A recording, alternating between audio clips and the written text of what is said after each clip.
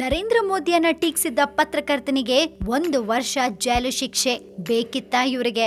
BJP ಸರ್ಕಾರವನ್ನ ಸಾಮಾಜಿಕ ಜಾಲತಾಣದಲ್ಲಿ ಟೀಕಿಸಿದ ಕಾರಣಕ್ಕೆ ಬಂಧನಕ್ಕೆ ಒಳಗಾಗಿದ್ದ ಮಣಿಪುರದ ಸುದ್ದಿವಾಹಿನಿಯ ಪತ್ರಕರ್ತನಿಗೆ ರಾಷ್ಟ್ರೀಯ ಭದ್ರತೆ ಕಾಯ್ದೆ ಅಡಿಯಲ್ಲಿ 1 ವರ್ಷ ಶಿಕ್ಷೆ ವಿಧಿಸಲಾಗಿದೆ.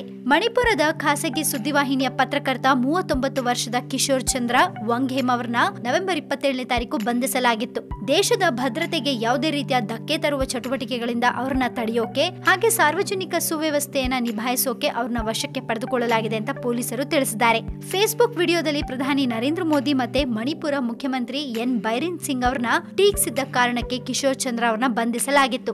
ಬೈರೇನ್ ಸಿಂಗ್ ಅವರು ಪ್ರಧಾನಿ ಮೋದಿ ಅವರು ಆಡಿಸುವ ಗೊಂಬೆ. ಮಣಿಪುರಕ್ಕೆ ಸಂಬಂಧನೇ ಇಲ್ಲದ ರಜಪೂತ ರಾಣಿ ಝಾನ್ಸಿಯ ರಾಣಿ ಲಕ್ಷ್ಮೀಬಾಯಿ ಅವರ ಜನ್ಮದಿನದ ಪ್ರಯುಕ್ತ ಕಾರ್ಯಕ್ರಮ ಆಯೋಜಿಸಲಾಗ್ತಿದೆ ಅಂತ ಆರ್ಎಸ್ಎಸ್ ವಿರುದ್ಧ ಕಿಡಿಕಾರಿದ್ರು. ಅಲ್ಲದೆ ಧೈರ್ಯ ಇದ್ರೆ ನಮ್ಮನ್ನ ಬಂಧಿಸುವಂತೆ ಸರ್ಕಾರಕ್ಕೆ ಸವಾಲ್ ಕೂಡ ಹಾಕಿದ್ರು ಅಂತ ಹೇಳಲಾಗಿದೆ. ಇನ್ನು ಮಣಿಪುರದ ಸ್ವಾತಂತ್ರ್ಯ ಹೋರಾಟಗಾರರನ್ನ ವಂಚಿಸಬೇಡಿ, ಅವಮಾನಿಸಬೇಡಿ ಅಂತ ಒಂದು ಫೇಸ್ಬುಕ್ ಪೋಸ್ಟ್ ನಲ್ಲಿ ಕಿಶೋರ್ ಚಂದ್ರ ಹೇಳಿದ್ರು. ಇದು ಸರ್ಕಾರವು ತನ್ನ ಕಾನೂನು ಮತ್ತೆ ಅಧಿಕಾರವನ್ನ ದುರ್ಬಳಕೆ ಮಾಡಿಕೊಂಡ ಘಟನೆಯಲ್ಲದೆ ಮತ್ತೇನೂ ಅಲ್ಲ ಅಂತ ಪತ್ರಕರ್ತನ ಪರ ವಕೀಲರು ಆರೋಪಿಸಿದ್ದಾರೆ.